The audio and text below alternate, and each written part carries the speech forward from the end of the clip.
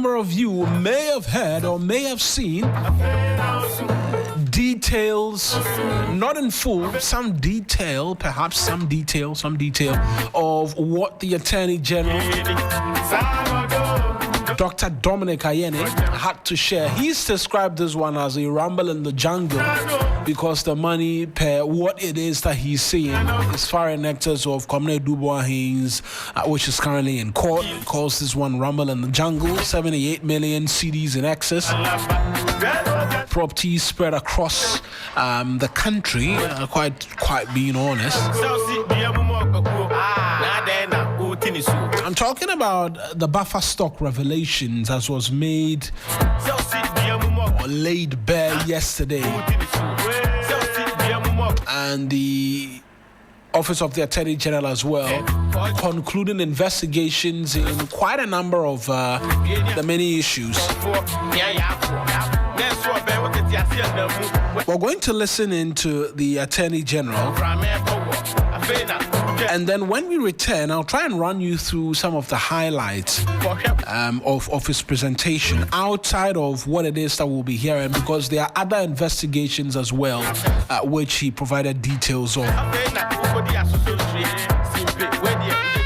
But here's the Attorney General, Dr. Dominic Ayeni, yesterday making bare some of the details in relation to Hanan, who's the former boss of the buffer stock, and what Iyoko has found out. The status, ladies and gentlemen, as far as the oral investigations are concerned, the status report is as follows. Out of the report of the oral committee submitted to my office, we instructed the National Intelligence Bureau in March 2025 to conduct investigations into cases of suspected acts of theft and graft by public officials and their allies in the private sector. The investigations were necessary because the oral committee reports did not contain the evidence required to prove the guilt of the suspects in court beyond reasonable doubt. It is always important to remember that the oral committee was tasked by His Excellency the President to receive complaints of looting of state resources, and complaints do not constitute irrefutable evidence of criminality. Oral reports are still coming into my office. Now, those who are pushing me to go to court and who are saying that by now convictions should have been obtained, I know you are Ghanaians, you have legitimate expectations of your government officials, including the President and the Attorney General. But we need to do a good job. Not that I will rush to court. Defense lawyers will come and raise objections, throw my case out, and then the same Ghanaians who wanted me to go to court expeditiously will now turn around and say that Ayeni is an incompetent Attorney General. I was never an incompetent lawyer in private practice. I don't want to be an incompetent lawyer in public sector. In the case of the latter, we have filed charges against the former Chief Executive, Executive Director, Osea Sibe-Ntwi, and his deputy, Gifty Owari. Charges are being prepared against the rest of the public officers and the so-called marketplace vendors. In all, we intend to file about 10 cases in the NSA scandal and will use some of the public officers and vendors as prosecution witnesses. Now, this is a strategy that is working very well for us, and we intend to continue to use that strategy. In a situation where there is a small criminal among big criminals, and the small criminal knows a lot, it is better as a matter of prosecutorial strategy to use a small criminal to get the information in order to be able to succeed, and that is what I'm doing. Also, I wish to announce that the Auditor General has conducted a forensic audit into the NSA, the National Service scandal, and the total amount of money stolen or illegally spent now stands at 2.2 billion. And not the 548 million that was uncovered by my investigators as at June 2025. And then, ladies and gentlemen, I have here a copy of the Auditor General's report. Again, painstaking investigation is very important in criminal matters.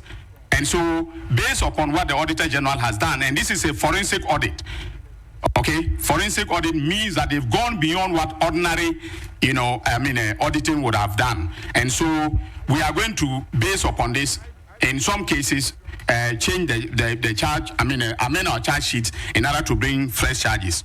Within the period between 2017 and 2024, Mr. Abdul Wahab, in concert with Richard Sam Asante and Bismarck Owusu-Boakye, orchestrated a transfer of 78,269,084 Ghana cedis and 4 pesos from the bank accounts of Buffer Stock Company to a private company linked to Hanan Abdul Wahab, his wife, and staff of Buffer Stock at Republic Bank and EcoBank. We have decided to charge Mr. Hanan Abdul Wahab and his wife, Faiza Seydou Wuni, with stealing, conspiracy to steal, causing financial loss to the state, using public office for profit, obtaining public property by false statements, and money laundering. We have frozen all the assets of Hanan that I have listed, including a 10 million Ghana cedis fixed deposit account at Republic Bank,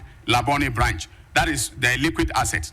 They also, had a lot of bags. I didn't want to list them. The wife has over 61 luxury bags.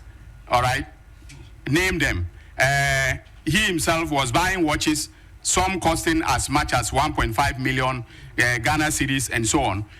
We have taken note of all of them, and so we've done the freezing, including those of the vehicle. Charges must be specific. If you miss the element of specificity, your case will be thrown out.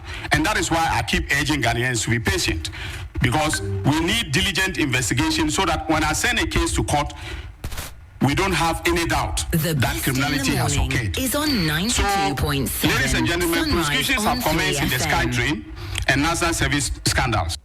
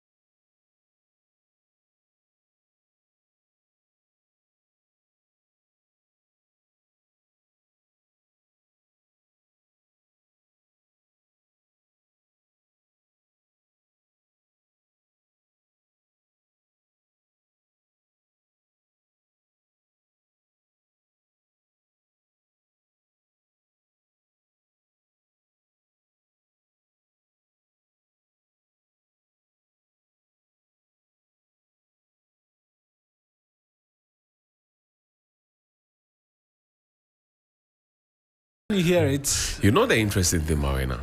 I sang this song in 2008 on TV3's Bands Alive. Wana Money.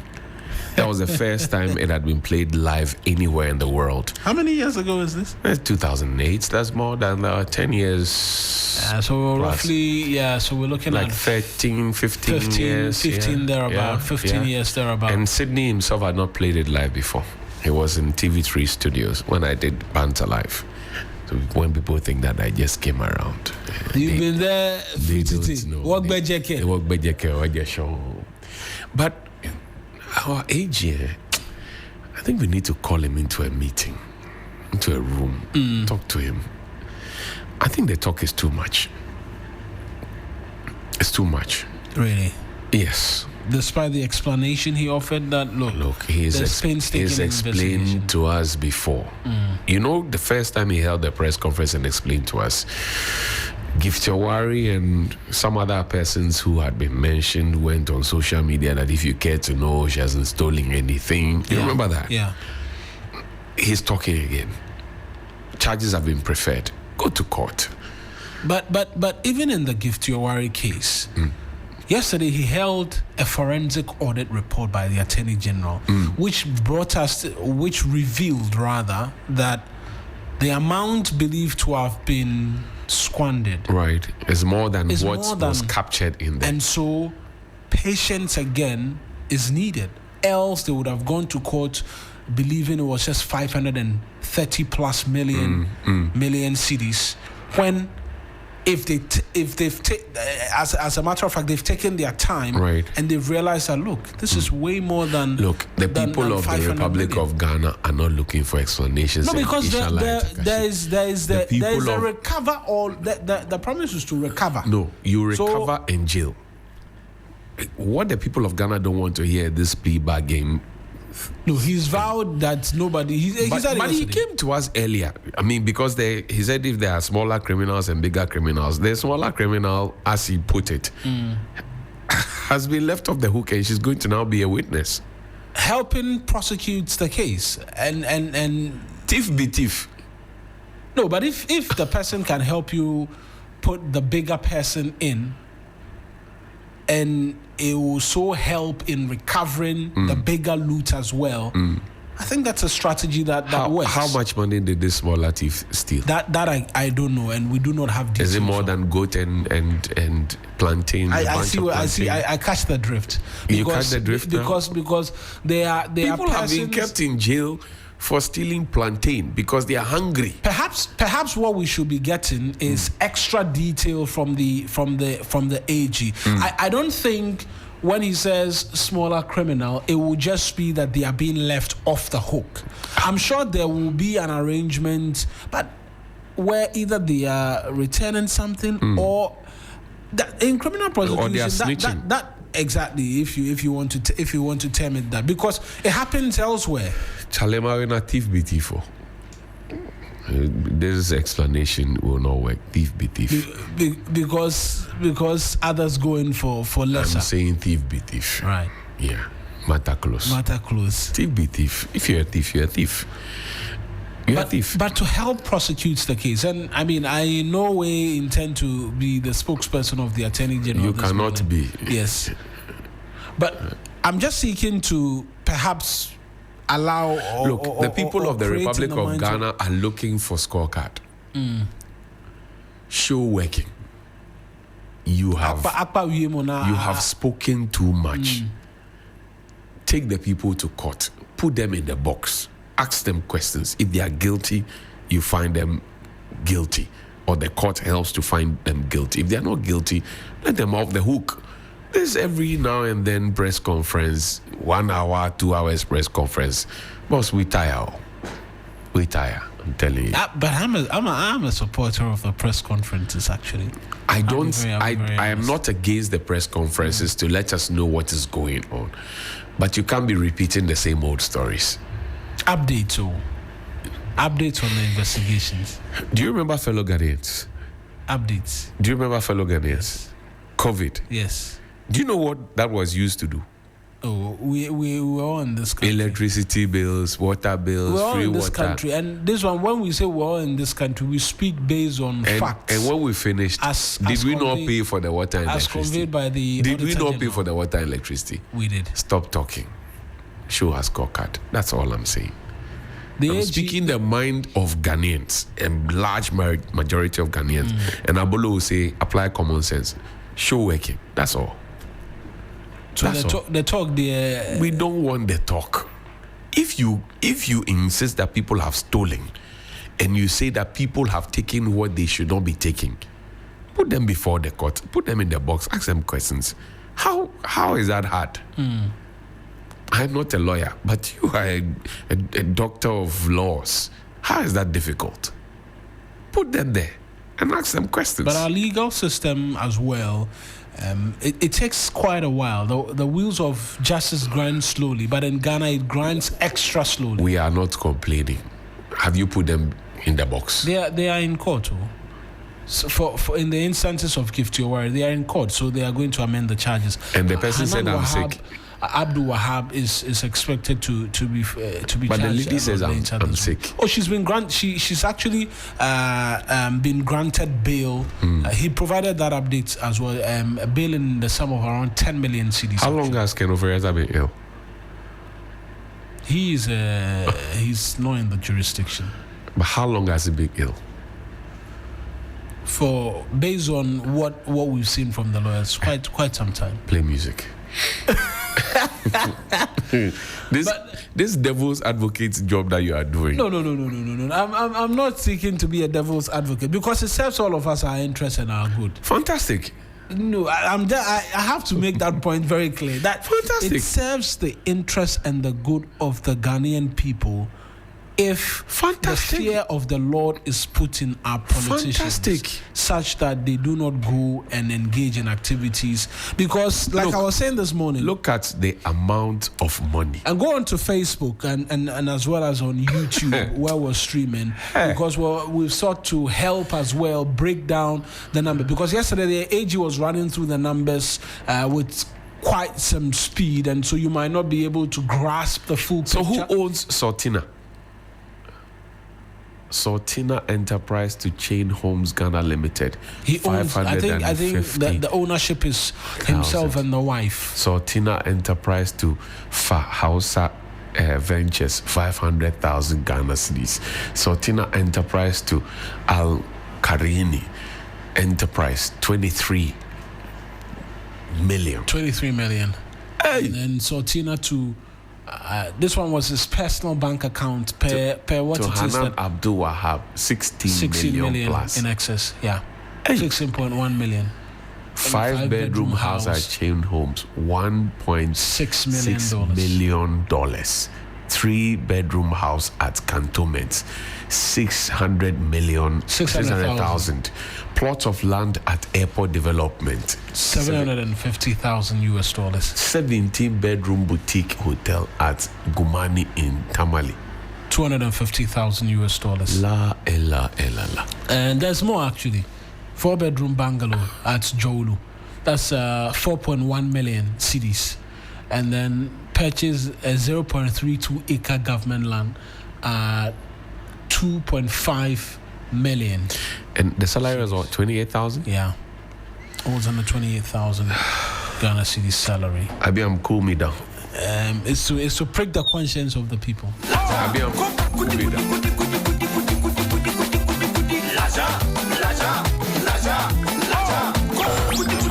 Sunrise.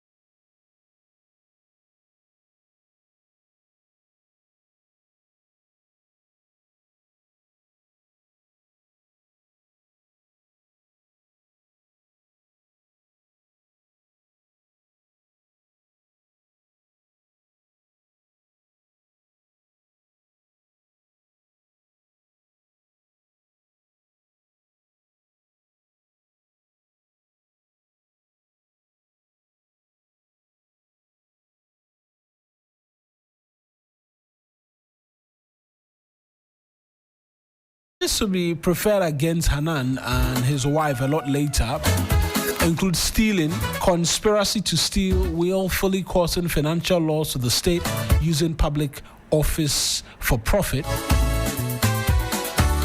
And that's a lot more in terms of the details. We'll get onto the phone lines pretty shortly and engage quite a number of persons as well, legal experts on these charges. Also, they are expected to be slapped with obtaining public property by false statements and money laundering.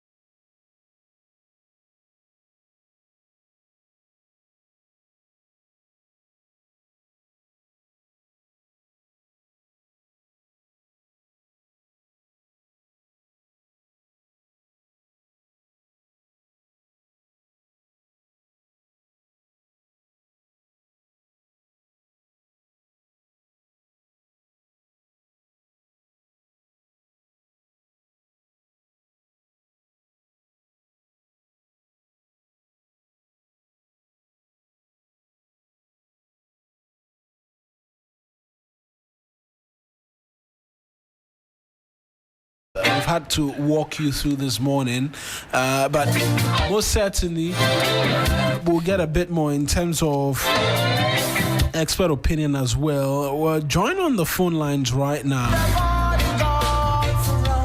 by Engineer Theophilus Kojo Jimega Jr., also a private legal practitioner as well, on these revelations, which has just come through from the Office of the Attorney General. Engineer Counsel, good morning to you. I trust that you are well. Good morning, I'm fine. How are you too? By the grace of God, we're alive. And a very good morning to your listeners. Right. I doubt a lot of them will be fine based off on the details as was captured in the Attorney General's press conference yesterday. But for you in the NDC, who have touted greatly the work that Oral is expected to do and these details, the argument is still that the AG is still talking. He should be in court by now with a lot more of these findings instead of addressing us in a press conference. Good morning again, Marina. What do they really want the AG to do? AG has told you he has copies of the charge sheets. The last time we spoke, I told you that once the legal vacation is over, we are going to see a flurry of cases in court. Of course, we have seen 2 already. And yesterday, the AG even told us that a review of the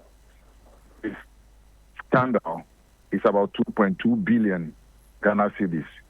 And he has given us an item of a number of them done yesterday. He has finished with the Sky Train. He has finished with National Lotteries.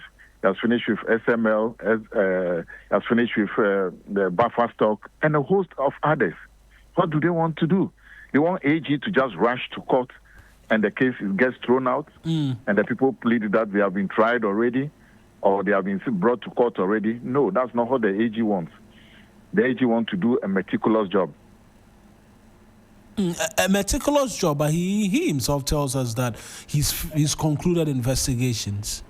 So it's not like the people are asking that he goes to court without concluding investigations. He's concluded investigations, and so he should be in court if he's concluded investigation. That's his own words being used against him at this point. Yes, when you conclude investigation, you must know that you need to have allocation of resources to prosecute the case. You don't want to burden one person with so many cases that the prosecutor will not have the opportunity to go through the cases. Remember, these cases appear a bit political. You don't want your opponents to score cheap political points just by the fact that you missed a step. That is not what we want. Let us do the job cleanly. Look, the AG has 4 years to execute mandate. It's less than even 1 year. Why the rush? The AG, there's nobody in NDC who is not aware that Oral, if we don't execute it properly, will be our undoing. They're all aware. We have a situation where a former Minister for Foreign Affairs was brought to court. The case was thrown out. We had a Ghana 50. The case was thrown out. They want a repeat of that? No. We want to do things differently. And that is exactly what the AG is doing at the moment. So all I can ask everybody who is not satisfied yet with what the AG has achieved in the history of prosecution, you know that AG has almost finished their side of the case against Eduwahin. It doesn't happen that way. It's so fast. They have finished calling all their witnesses. So what else do we want?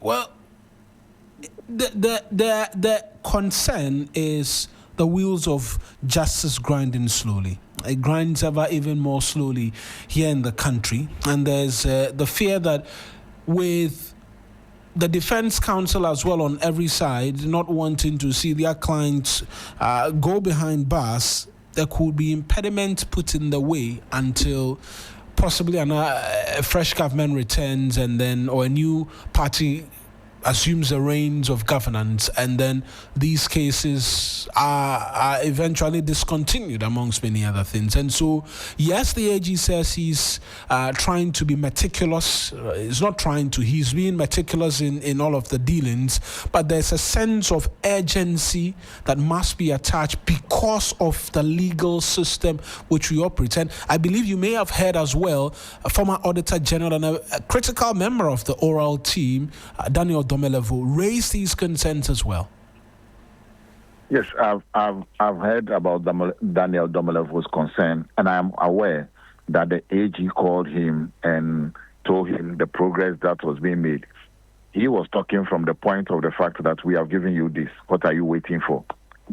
Called him to explain to him that I've just received the investigative report on ABC. So we are proceeding along that line. So the fears of Domelevo, if you notice, since that time, he's not uttered a word again on the pace of work at the AG. So there had been a bit of an understanding from that side. Now, the idea that defense counsel are going to put impediments in the way of prosecution, such that prosecution would not be able to do their work, and there will be a new government and the cases will have to be terminated. It's not going to happen because our people have learned their lessons very, very well. And we are working so hard not to get a repeat of what happened under MPP. And by mention of the courts as well, you in the NDC have mooted the idea of tribunals. In fact, the AG at the last time of his press engagement suggested that this was going to return amongst many other things. Are we in need of special courts to handle these matters, cases involving oral, as we saw under the fast-track division which was introduced by President Kufuor? Is there a need for a similar of such things to handle these matters? No, there's no need yet. I think what the AG is telling us that there's the need to get more personnel to prosecute these cases. And that is what the AG is working at, getting more personnel to be available to prosecute these cases. But the courts should be able to handle all that is happening at the moment. The special courts, my understanding, are for the issues that the president has discussed with the AG and the acting chief justice and the auditor general. Then there's also the need for the special court for the Galamsey-related issues. But the normal crimes vis-a-vis stealing, causing financial loss to the state, etc., we have enough courts to deal with that. It's only a matter of human resources that should be available to deal with it. That is all. And by human resources, we're looking for more and more persons to join the Office of the Attorney General in prosecuting these cases. If people are interested, because I've seen activists like Oliver Baka-Voma moots the idea that, look, should he join the Office of the Attorney General's counsels to prosecute these matters in court and the like? Is it the case that government is opening its arms to lawyers and asking that, look, we're in need of persons to prosecute the bevy or the array of cases we're lining up against persons we believe have looted? Join us in the cause in helping retrieve these sums and prosecuting these individuals. Is that the position of the government and the Attorney General's office at this point in time? Well, the position of the Attorney General, remember, there have been very good prosecutors who are on retirement. There are very good prosecutors who have led the AG and are doing private practice, and all these could be brought in and roped in to do the work for the Attorney General. So it is not a matter of the personnel are not available to be found. There are so many personnel available to be found. So the position of the AG is, yes, there's a huge workload, but let us get the right people. You see, you don't want to get anybody in there, then they will also be compromised. Then your idea of getting people in there becomes useless. So the position of the AG is, look, let's get the people in, let's get the right caliber of people who will help us to prosecute the cases and prosecute them properly without being compromised and without us having shoddy work done so that somebody will walk away without us having success. That's the position of the AG. And how are we getting these individuals? Are we seeking to have the retired prosecutors return? Because Ghanaians are interested. Yes. The last engagement the AG had with lawyers, which I was part of, my understanding then was that the AG has already initiated processes for recruiting new ones and for bringing old ones on contract for this work to be done. I think that all we can pray for and ask Ghanaians at this moment is a bit of patience so that the work will be done by the AG and we will all see the outcome of what the AG is doing. But let's return to the subject or the idea of the press conference and the commentary yesterday as well. We had the Attorney General use words like criminal, small criminal, to help prosecute a bigger criminal. He's a Minister of Justice as well. There's a concern that persons must be presumed innocent until proven guilty. These descriptive words, as used by the Attorney General, is constituting guilt on these persons even before he files charges. No, the truth of the matter is the Attorney General is not the bastion of the one to convict. The Attorney General has made a pronouncement. All over the world, we hear words like criminal enterprise. All over the world, you hear words like terrorists. Does it mean that they are just terrorists? Does it mean they have been convicted as terrorists? No. But all over the world, you hear these words. And these words are used by the persons who prosecute them. So in the usage of this, I don't think that should be anything. Indeed, I am of the opinion that once even a case is mentioned, that case can be discussed. It doesn't matter. It doesn't mean that the discussion of any case will influence the judge, that the judge doesn't know the work he or she is supposed to do. Doesn't mean that the judge won't know. The judge is supposed to know. So for me, no matter the description given, you have your day in court. Remember, one of the guys also took to the Facebook yesterday and started defending himself publicly. So everybody has the platform to go and defend themselves publicly. So I don't think the words the AG is using. Let us not focus on the nomenclature. Or let's not focus on using words. Let's focus on the substance of what is happening. I hope you saw on certain platforms that for MPP, criminal enterprise is like a sexually transmitted disease, husband and wife, because we have seen several husbands or at least two husbands and wives involved being charged already on alleged crimes. We have seen all those things. Should it mean that should influence so much the judge? Yes. All judges live in the communities we face. They see what goes on. That is why when there's a spate of armed robbery and you are convicted, you are given a hefty sentence to serve as a deterrent. But that does not delegate from the judge the duty to do what is right and how to apply the law and get proper conviction and fairness to everybody. So for the AG using words like criminal, etc., etc., I think it's just a description of what has happened. Indeed, the AG cannot use words like this is a football or a sports issue. No.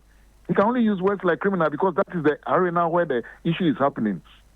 So for me, I think that let us focus on the substance. Have you looked at the alleged amount that is involved? Come on, we were looking for 10 billion from China. We couldn't get.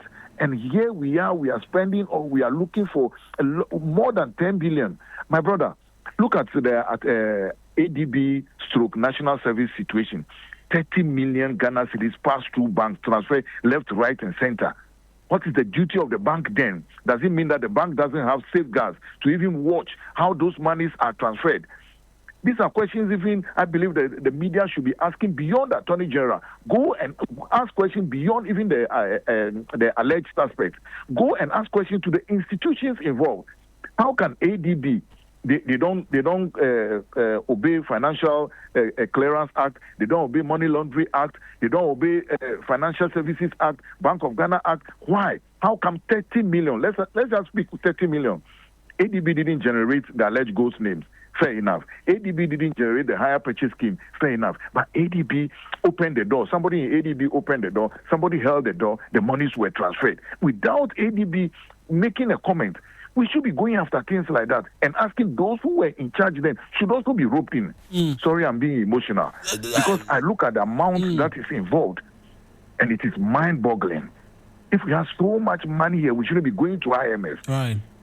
Right. I understand the emotions because there's been a lot of emotion in different WhatsApp groups that I am in on social media platforms, amongst many other things. But you touch at the heart and the core of what these revelations have brought forward beyond the stated figures and who possibly is believed to have been behind it or have benefited from it, are institutions of state which should be playing roles and be supervising and ensuring that a number of these transactions are flagged.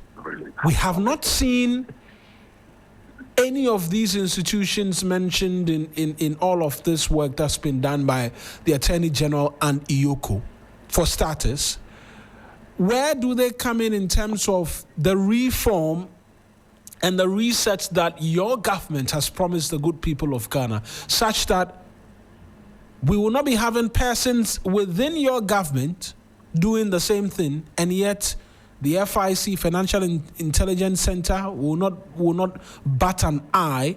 The banks will continue to allow these huge sums of money flow through. The investigative bodies, IOCO and the likes, will allow these monies go through.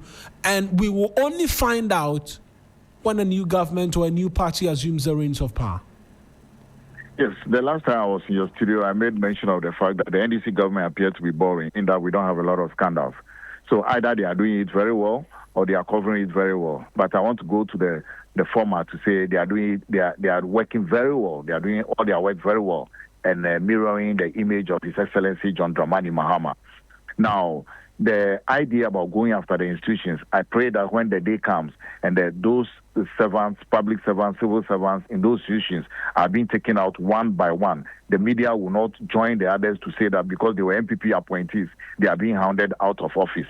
My understanding from the Attorney General is that he's going after the first tranche of people. When that is done, behind this tranche of guys that they are going after, they are following up with the various institutions. And when that is done, and we see the massive rot that has engulfed the whole civil service or the public service we have in the country, I pray that the media will join us to say that these guys have also done wrong. Because indeed, I just can't get it. I am struggling, or I struggled since last night after the AG's presser to ask to gather why these institutions have been so quiet. Were they complicit? Did they just open the door? Somebody held the door and somebody walked in, somebody held the door, somebody picked the things?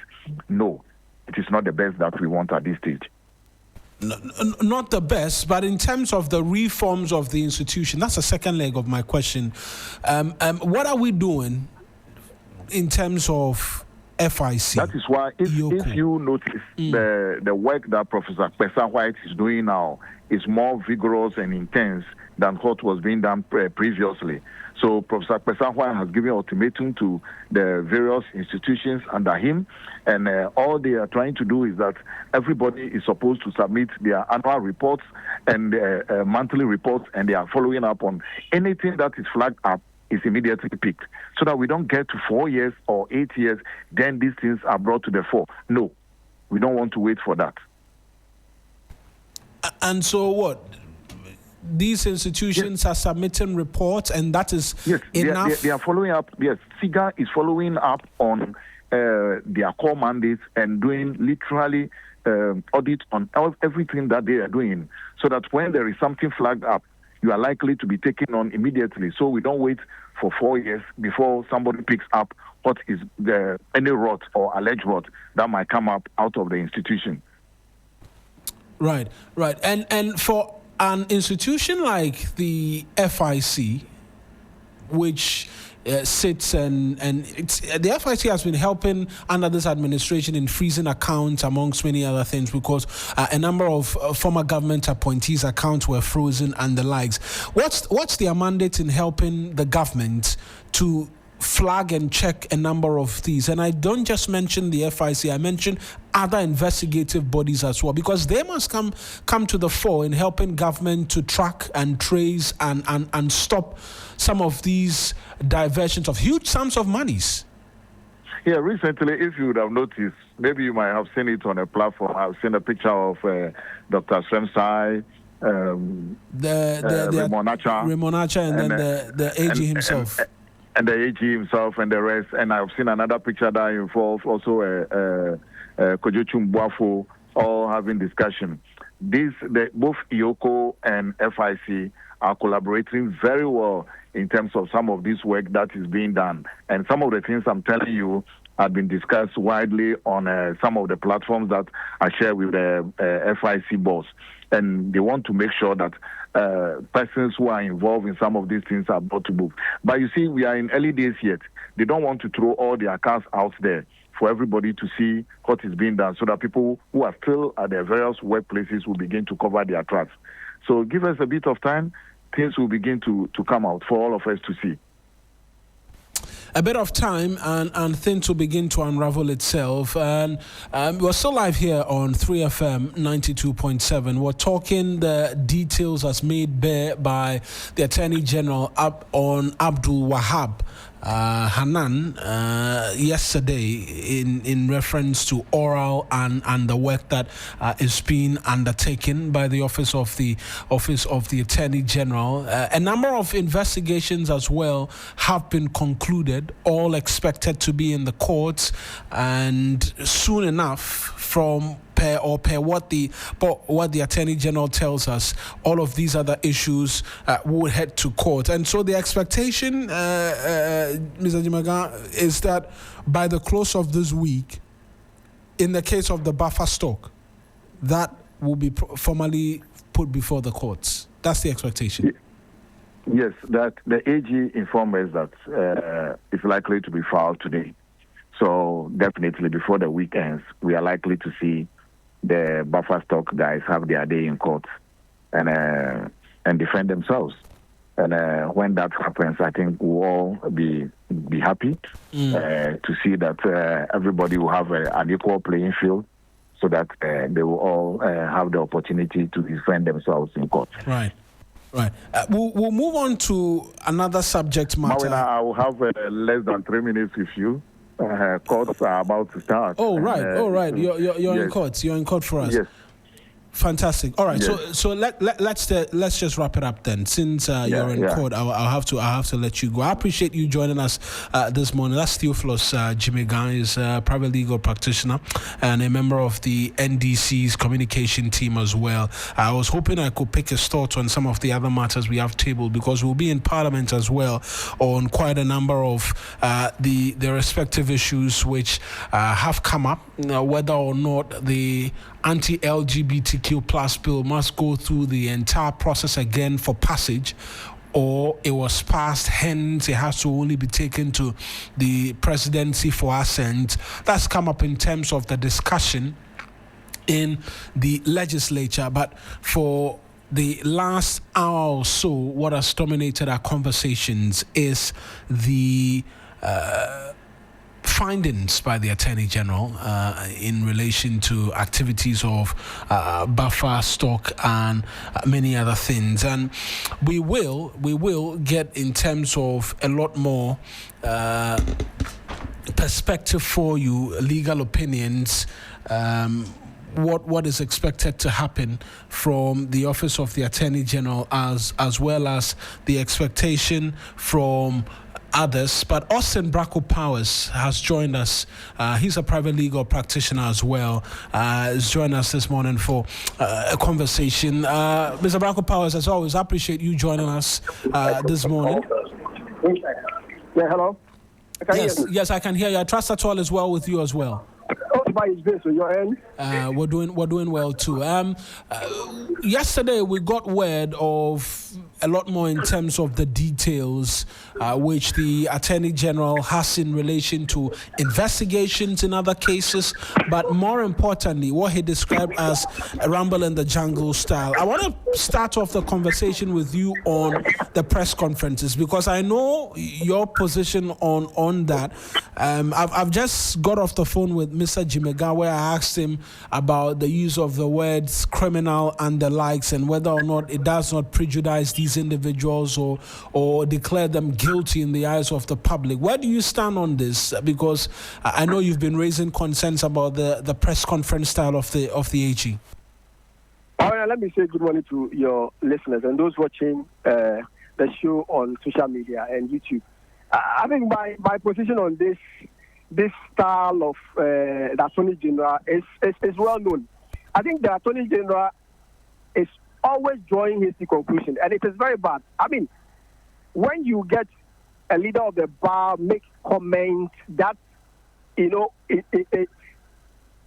indicate that someone that they accuse or a suspect has indeed committed an offense, it is disappointing and disheartening, because this is somebody who is supposed to uphold the law, and the same person is convicting somebody in the media when the court has not had opportunity to determine and even look at the very fact that Attorney General claim they have uncovered out of their investigation.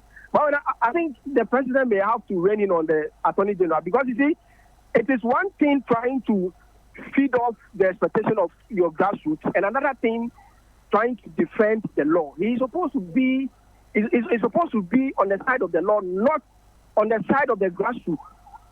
When that happens, he's doing more politics than doing the law, and I think it is disappointing. I expect the Attorney General to be professional, because irrespective of the appointer, whoever appointed you, you must uphold the law and let the people. And I'm saying it. You see, when you create or paint the picture that someone is criminal, when you have not even arraigned the person before a court of competent jurisdiction, what if you end up not even getting what you want? Your grassroots will be more disappointed than they are currently. I think the government should not cower under the pressure that is coming from their grassroots. Fine, we are all saying that ORA must work, but ORA must work in view of the position of the law, not in the light of politics and partisan politics. I think the Attorney General will have to exercise some level of patience, and I have also said that he must manage the expectation of Ghanaians.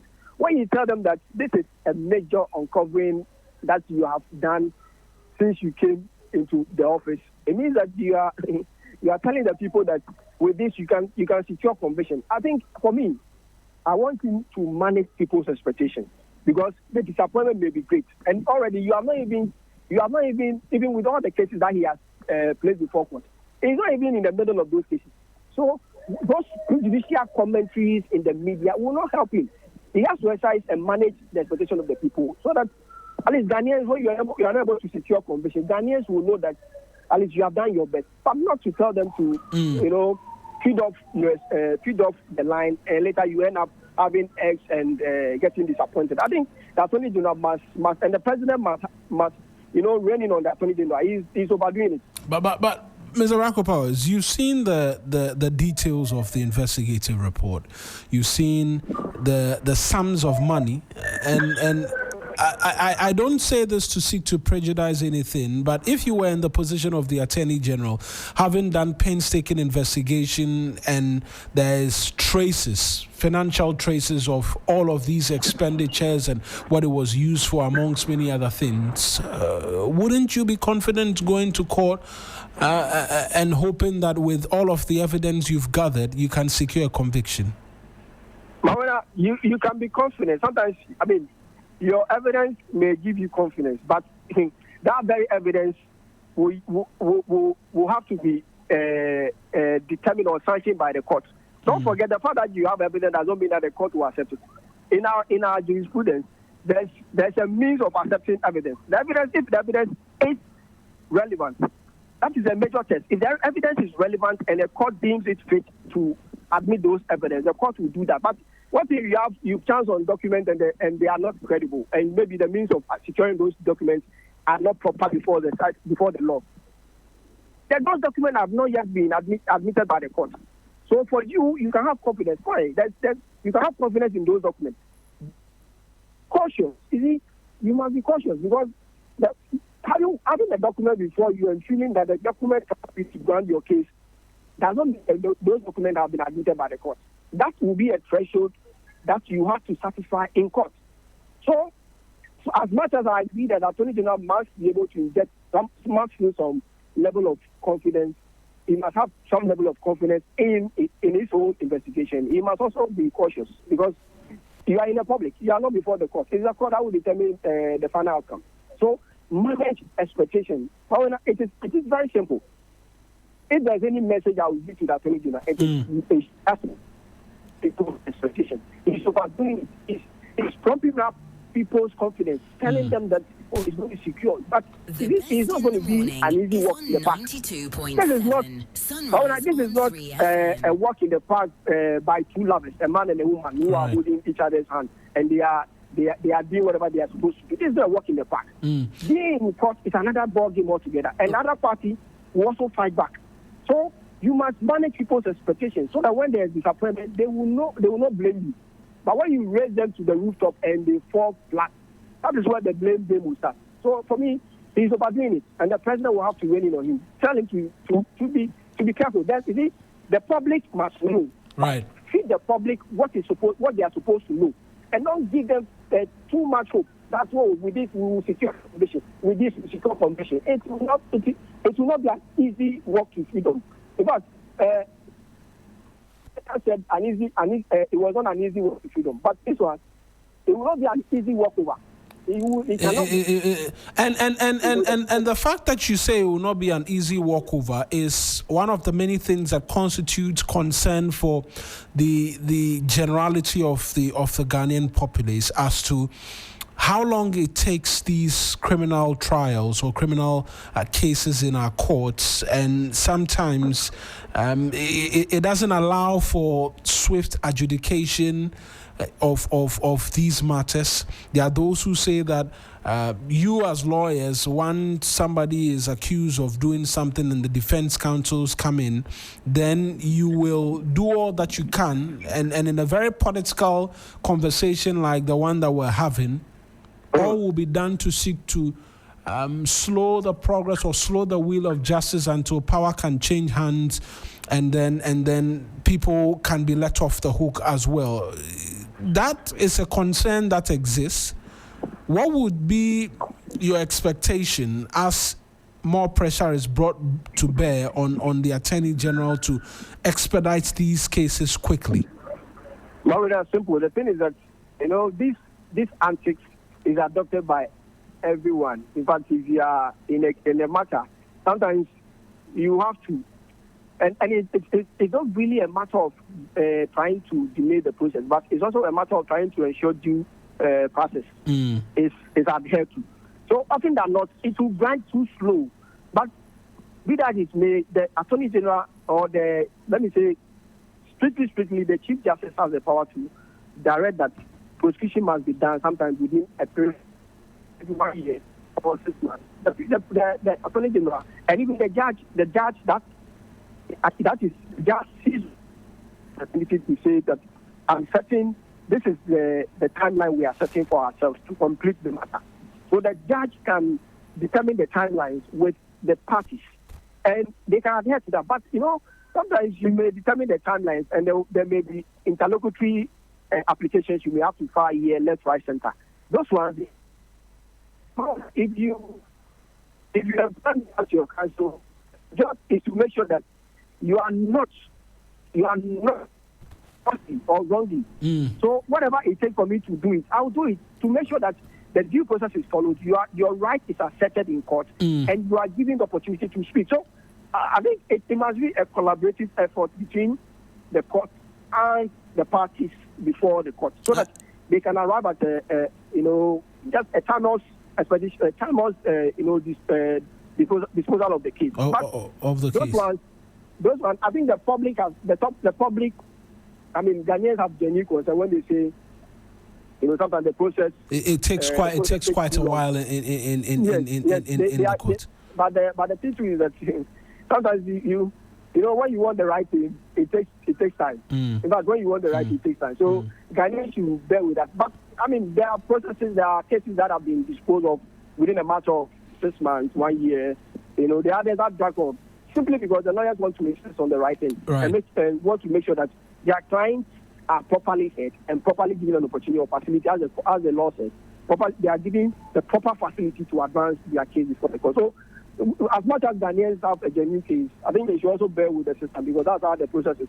Because in fact, you will not want your innocent client to be convicted. Absolutely, and I was going to provide that caveat that despite asking these questions about timely adjudication of these matters, we don't say this with prejudice that anybody who's just been accused should just be thrown behind. Should just be thrown behind bars. But we're just trying to weigh the balance of public expectation, public demand, general public good, as well as affording people their rights as well, in terms of their rights to a counsel and to defend themselves from all of the allegations that's put against them. I'm going to go for. I'm going to go for a quick break. We've also been joined on the line by private legal practitioner Christian Malmhesi. When we return from that break, we're going into Parliament because the House says that despite the former CJ's application to the High Court, praying, amongst many other things, a review of the work done by the Article 146 committee, and asking that Parliament be injuncted from vetting and the subsequent swearing of a new Chief Justice. The Speaker says he's referred the nomination to Parliament Appointment Committee, and the expectation is that they should proceed with the work. I'll come back and then pick the thoughts of the both of you on this matter, but we'll do that right after this break. My first years in university were very difficult for me. I struggled with acne like so many of my friends. When I